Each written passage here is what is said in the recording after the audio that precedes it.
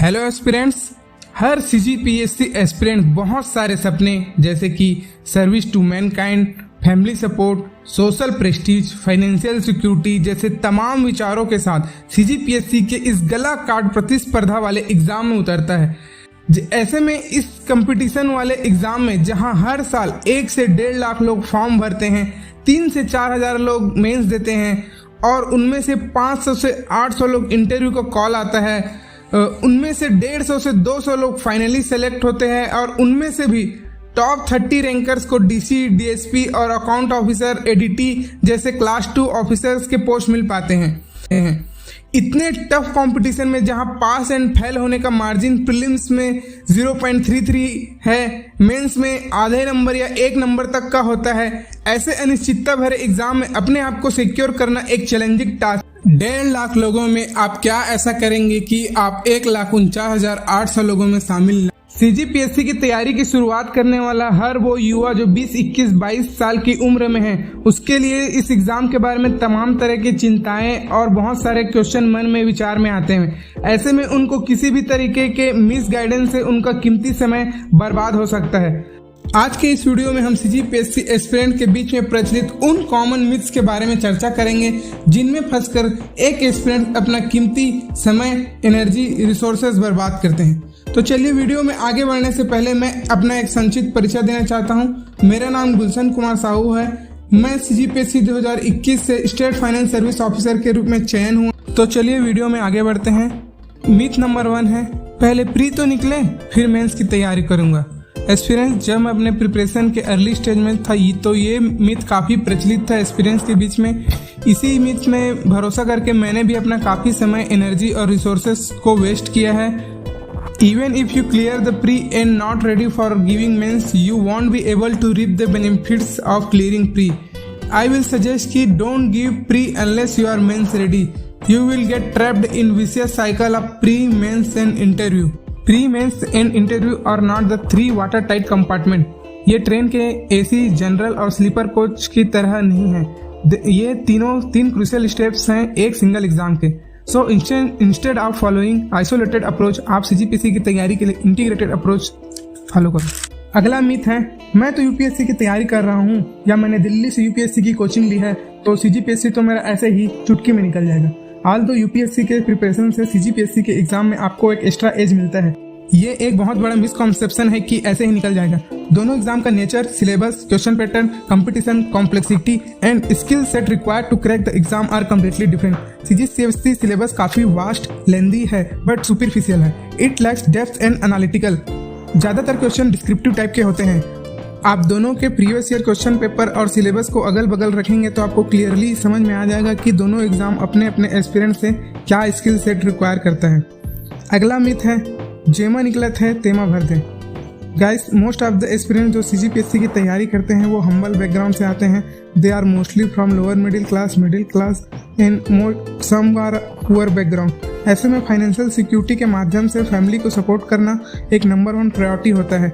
इस चक्कर में काफ़ी एस्पिरेंट सीजीपीएससी एंड सीजीपीएससी द्वारा कंडक्ट करवाए जाने वाले लगभग सारे एग्जाम की तैयारी करने लग जाते हैं और उसमें फॉर्म भरते रहते हैं और इस चक्कर में वो सिर्फ फॉर्म ही भरते रह जाते हैं। अगर आप पटवारी, आरआई, मंडी निरीक्षक, एसीओ, वनपाल, वन रक्षक, CGPSC, peon, TT, BEd, DEd, lab attendant और लेक्चरर्स, ऐसे सारे एग्जाम जो कंडक्ट करवाए जाते हैं की तैयारी करेंगे तो इनमें से एक भी क्लियर नहीं होगा। There is a famous quote which says that if you chase 2 rabbits, you will catch them neither.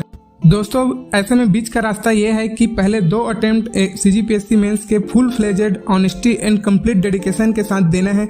अगर तब क्लियर नहीं होता है उसके बाद आप दूसरे एग्जाम के बारे में अल्टरनेटिव और अपने ऑप्शंस और प्लान बी के बारे में सोच सकते हैं। अगला मिथ जो एस्पिरेंट्स में कॉमनली प्रचलित है वो है, टॉपर्स लोग तो बहुत इंटेलिजेंट होते होंगे, बहुत नॉलेजेबल होते हैं, उनका इंग्लिश बहुत अच्छा होता है, एनआईटी, बीटेक, साइंस बैकग्राउंड वाले ही टॉप करते हैं, रायपुर, बिलासपुर, भिलाई वाले को कंपटीशन में बहुत लीड मिलता है, नालंदा, तक्षशिला में मैं नहीं जाती हूँ तो हो सकता है मैं पढ़ाई में पीछे हूँ, मैं तो हिंदी मीडियम का हूँ, मैंने तो आर्ट्स बैकग्राउंड से पढ़ाई की है, मैं सुकमा, महासमुंद, गरियाबंद या मानपुर जैसे जिले से आता हूँ। इस तरह की तमाम बातें और दलीलें कम्प्लीटली एक मिसकॉन्सेप्शन है। This type of myth breeds inferiority complex among the students who belong from village background and has less sophisticated degree. उनके पास NIT, IIT, BTech, नालंदा का कोई टैग नहीं होता। इस तरीके के मिथ उनके कॉन्फिडेंस और मनोबल को काफ़ी कम करते हैं। With well organized, concerted effort and doing consistently hard work, you can crack this exam और इसके लिए किसी टैग की आवश्यकता नहीं है। खुद पर भरोसा करिए। इनिशियली में सबको खुद पर सेल्फ डाउट होता है, बट ग्रेजुअली जब आप अपना स्किल सेट्स इंप्रूव करते हैं तो आपके अंदर इंप्रूवमेंट दिखेगा और ग्रेजुअली आपका कॉन्फिडेंस भी रेज होगा। अगला मिथ जो एस्पिरेंट्स के बीच में सबसे ज़्यादा प्रचलित है वो ये है कि बिना कोचिंग के CGPSC निकालना बहुत मुश्किल है। Again this is the biggest misconception among aspirants, क्योंकि सिर्फ अगर कोचिंग से एग्जाम निकल रहा होता तो हजारों लोग हैं जो कोचिंग करते हैं, सभी का निकल रहा होता, सभी सेलेक्ट होते हैं। ऑल्दो कोचिंग से आपको हेल्प मिलता है, but again it is not the whole and sole for clearing CGPSC। जब तक एस्पिरेंट अपना खुद का सेल्फ स्टडी और हार्ड वर्क नहीं करेगा, अपने खुद को ऑर्गेनाइज नहीं रखेगा, तब तक उसके लिए एग्जाम क्लियर कर पाना बहुत मुश्किल है। अगला मिथ जो कि दो प्रकार का अतिवादी विचारधारा है। पहला ये कि जो ये कहता है कि मैं तो सिर्फ 2 से 3 घंटा रोज पढ़ करके एग्जाम को क्लियर कर लिया, और दूसरा अतिवादी विचारधारा ये बोलता है कि मैं तो 18 से 20 घंटा लैंप पोस्ट के नीचे पढ़ता रहता था। दोस्तों, आपको इन दोनों ही अतिवादी विचारधाराओं में नहीं फंसना है। ना 2-3 घंटे की पढ़ाई सफिशिएंट है, ना ही 20-20 घंटे की पढ़ाई आपको अपने हेल्थ को कॉम्प्रोमाइज करके करना है। एक हेल्दी इंडिविजुअल के लिए 8 से 12 घंटे की डेली पढ़ाई 2 साल के लिए सफिशिएंट है। इस तरह के अतिवादी विचारधाराएं मार्केट में इसलिए प्रचलित हो जाते हैं क्योंकि कुछ टॉपर्स एग्जाम को क्लियर करने के बाद अपने आप को लार्जर देन लाइफ इमेज बनाने के लिए या कूल साउंड करने के लिए इस तरीके के बयान दे देते हैं, जिससे एस्पिरेंट्स के मन में एक भय का माहौल पैदा हो जाता है। ऐसे टॉपर जो अपने अंदर lack of objectivity, accountability and aspirants के प्रति रिस्पॉन्सिबिलिटी से लैक करते हैं, ऐसे लोगों को आपको बहुत ज्यादा सीरियसली नहीं लेना है। अपने विवेक का यूज करना है और अपने टाइम को अपने अकॉर्डिंग डिजाइन करना है। दोस्तों, अगला मिथ है कि इंग्लिश मीडियम वालों को मेंस में ज्यादा नंबर मिलता है। Again this is a completely baseless and misconception.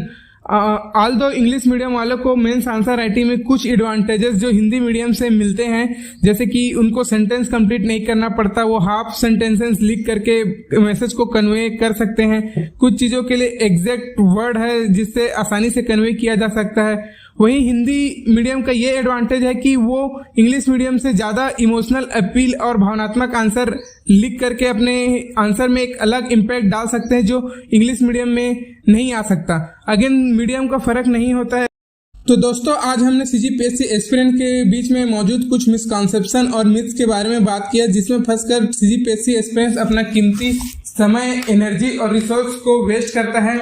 Aspirants, आशा करता हूं कि इस वीडियो से आपको कुछ जानकारी जरूर मिली होगी। जल्द ही हम मिलेंगे एक नए वीडियो में जिसमें हम CGPSC तैयारी को लेकर कुछ अन्य पहलुओं पर चर्चा करेंगे। तब तक के एस्पिरेंट्स तैयारी अपनी जारी रखें, स्वस्थ रहें, मस्त रहें और पूरे जोश से तैयारी जारी रखें। तब तक के लिए बाय बाय।